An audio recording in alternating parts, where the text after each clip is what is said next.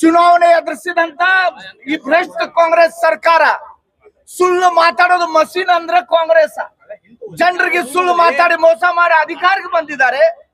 ಆದ್ರೆ ಯಾವ ದಲಿತ ಸಮಾಜ ಬಗ್ಗೆ, ಯಾವ ಡಾಕ್ಟರ್ ಬಾಬಾ ಸಾಹೇಬ್ ಅಂಬೇಡ್ಕರ್ ಅವ್ರ ಬಗ್ಗೆ, ಯಾವ ಪರಿಶಿಷ್ಟ ಸಮಾಜ ಬಗ್ಗೆ ದೊಡ್ಡ ದೊಡ್ಡ ಭಾಷಣ ಮಾಡಿ ಸಿದ್ದರಾಮಯ್ಯ ಅವರು ಮುಖ್ಯಮಂತ್ರಿ ಆಗಿದ್ದಾರೆ. ಆ ಪರಿಶಿಷ್ಟ ಸಮಾಜಕ್ಕೆ ಮೋಸ ಮಾಡುವಂತ ದ್ರೋಹ ಮಾಡುವಂತ ಕೆಲಸ ಸಿದ್ದರಾಮಯ್ಯ ಅವರು ಮಾಡಿದ್ದಾರೆ.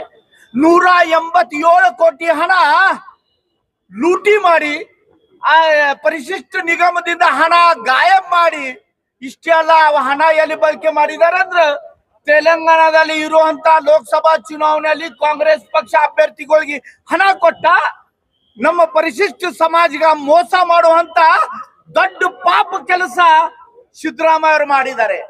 ಮತ್ತ ಇದ ಒಬ್ಬರ ಅಧಿಕಾರಿ ಆತ್ಮಹತ್ಯೆ ಮಾಡಿದ್ಮೇಲೆ ಜನರ ಎದುರುಗಡೆ ಬಂದಿರಂತ ವಿಷಯ, ಎಷ್ಟೋ ವಿಷಯಗಳ ಗೊತ್ತೇ ಇಲ್ಲ, ಗೊತ್ತು ಮಾಡೋನು ಕೊಡೋದಿಲ್ಲ.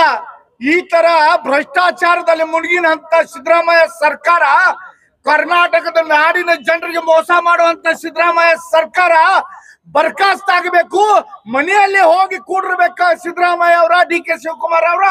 ಅದಕ್ಕೆ ಭಾರತೀಯ ಜನತಾ ಪಾರ್ಟಿ ಕಾರ್ಯಕರ್ತರ ಬೀದಿಗಿಲ್ದ ಈ ಹೋರಾಟ ಮಾಡ್ತಾ ಇದ್ದೀವಿ.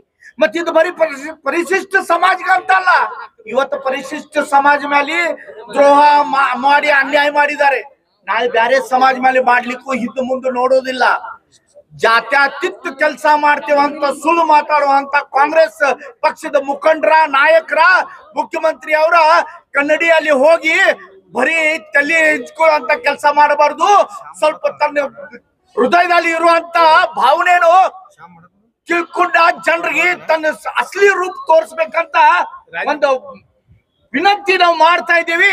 ಈ ಸರ್ಕಾರ ಬರ್ಖಾಸ್ತ್ ಆಗಬೇಕು, ಈ ಸರ್ಕಾರ ಇರಬಾರ್ದು, ಇಲ್ಲರೆ ಜನ ಲತ್ತಿ ಹಾಕಿ ಹೊರಗೆ ಕಳಿಸ್ತಾರಂತ ಆ ವಿಶ್ವಾಸದಿಂದ ಇವತ್ತು ನಾವು ಈ ಹೋರಾಟ ಮಾಡ್ತಾ ಇದೀವಿ. ಇಂಥ ಸಮಯದಲ್ಲಿ ಸಿಎಂ ಡಿಸಿಎಂ ಫೈಟ್ ನಡೆದಿದ್ರು ಅವ್ರ ಸರ್ಕಾರದಾಗ. ಈಗ ಸದ್ಯಕ್ಕೆ ದಿಲ್ಲಿಗೆ ಹೋಗಿ ಕೂತಿದ್ದಾರೆ ಅವರ. ಸಿಎಂ ಡಿಸಿಎಂ ಬಗ್ಗೆ ಜನರ ಬಗ್ಗೆ ಚಿಂತನೆ ಇಲ್ಲ. ಆ ಹೋರಾಟದ ನಮ್ದು ಉದ್ದೇಶ ಇಷ್ಟೇ, ಪರಿಶಿಷ್ಟ ಸಮಾಜ ಮೇಲೆ ಅನ್ಯಾಯ ಆಗಿದ್ದೆ ಅಥವಾ ನ್ಯಾಯ ಸಿಗಬೇಕು.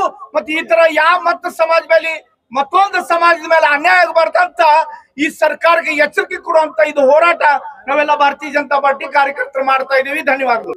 ಒಡೆದ ಆ ಸಿನ್ಸಿಯರ್ ಅಧಿಕಾರಿಯನ್ನು ಆತ್ಮಹತ್ಯೆ ಮಾಡಲಿಕ್ಕೆ ಕಾರಣೀಭೂತವಾದ ಸರ್ಕಾರವನ್ನು ಅದರ ಬಗ್ಗೆ ಏನು ಕಾರ್ಯವಾಹಿ ಮಾಡಿದಾರು ಮತ್ತು ಇನ್ನ ತನಕ ಒಬ್ಬರ ರಾಜೀನಾಮೆ ಕೊಟ್ಟ ಮೇಲೆ ಇನ್ನೊಂದು ಮೇಲೆ ಯಾರೂ ಮೇಲೆ FIR ಮಾಡಲಿಲ್ಲ. ವಿಶೇಷವಾಗಿ ಈ ದುಡ್ಡನ್ನು ದಲಿತರ ದುಡ್ಡು, ಬಡವರು ವಿದ್ಯಾರ್ಥಿನಿಗಳಿಗೆ ಅವಕಾಶ ಮಾಡಲಿಕ್ಕೆ ಆ ದುಡ್ಡನ್ನು ಇಟ್ಟಿದ್ದು, ಆ ದುಡ್ಡು ಹೊಡೆದ ಕಾಂಗ್ರೆಸ್ ಸರ್ಕಾರದವರು ಅತಿ ಅನ್ಯಾಯ ಈ ಸಮಾಜ ಮೇಲೆ ಮಾಡಿದಾರೆ ಅಂತ ಹೇಳಿ ನಾವು ಇದು ಪ್ರತಿಭಟನೆ ಮಾಡ್ತೀವಿ. ಬರುವ ಕಾಲದಲ್ಲಿ ಯಾರ್ಯಾರು ಇದಕ್ಕೆ ಕಾರಣೀಭೂತದಾರ, ಈ ದುಡ್ಡು ಎಲ್ಲಿ ಹೋತು, ಅವ್ರ ಮೇಲೆ FIR ಆಗಿ ಅವ್ರ ಜೈಲಿನಲ್ಲಿ ಹಾಕಬೇಕಂತ ನಮ್ಮ ಬೇಡಿಕೆ. ಈಗಾಗಲೇ ರಾಜ್ಯಾಧ್ಯಕ್ಷರು ಹೇಳಿದ ಪ್ರಕಾರ ಈ ಮುಖ್ಯಮಂತ್ರಿಗಳು ಇದಕ್ಕೆ ಜವಾಬ್ದಾರ ಅದಾರ, ಅವರು ಇದಕ್ಕೆ ರಾಜೀನಾಮೆ ಕೊಡ್ಬೇಕಂತ ನಾವು ಬೇಡಿಕೆ ಕೇಳ್ತೀವಿ. ಬಡವರು ದುಡ್ಡು ಹೊಡೆಯವ್ರು ಅಂದ್ರ ಇದು ಇತಿಹಾಸದಲ್ಲಿ ಪ್ರಥಮ ಬಾರಿ. ಇದು 177 ಕೋಟಿ 87 ಕೋಟಿ ಅಂದ್ರ ಎಲ್ಲಿ ಹೋತು, ಹೆಂಗ್ ಹೋತು, ಯಾಕೆ ಹೋತು, ಯಾವಾಗ ಹೊರಗೆ ಬಂತಂದ್ರ ಅವ ಅಧಿಕಾರಿ ಆತ್ಮಹತ್ಯೆ ಮಾಡಿದ್ಮೇಲೆ. ಹಿಂಗಾಲೆ ಇಲ್ಲ ಅಂದ್ರೆ ಯಾರ್ದು ಪರಿಸ್ಥಿತಿ ಗೊತ್ತಾಗ್ತಿದ್ದಿಲ್ಲ. ಇವತ್ತು ಹೊರಗೆ ಬಂತು, ಒಂದು ವಿಕೆಟ್ ಬಿದ್ದೈತಿ, ಇನ್ನೊಂದು ವಿಕೆಟ್ ಎಲ್ಲ ಬೀಳ್ಬೇಕು. ಯಾಕಂದ್ರೆ ಇದಕ್ಕೆ ಕಾರಣೀಭೂತ ಬಹಳ ಜನರು ಅದಾರ. ಮತ್ತು ಈ ದುಡ್ಡನ್ನು ಇಲೆಕ್ಷನ್ ಸಲುವಾಗಿ ಉಪಯೋಗ ಮಾಡಿದಾರು. ಇದಕ್ಕೆ ಎಲ್ಲಾರ ಮೇಲೆ ಯಾರ್ಯಾರು ಸಂಬಂಧಿಸಿದಾರೆ ಎಲ್ಲಾರ ಮೇಲೆ FIR ಮಾಡ್ಬೇಕಂತ ನಮ್ಮ ಮನವಿ.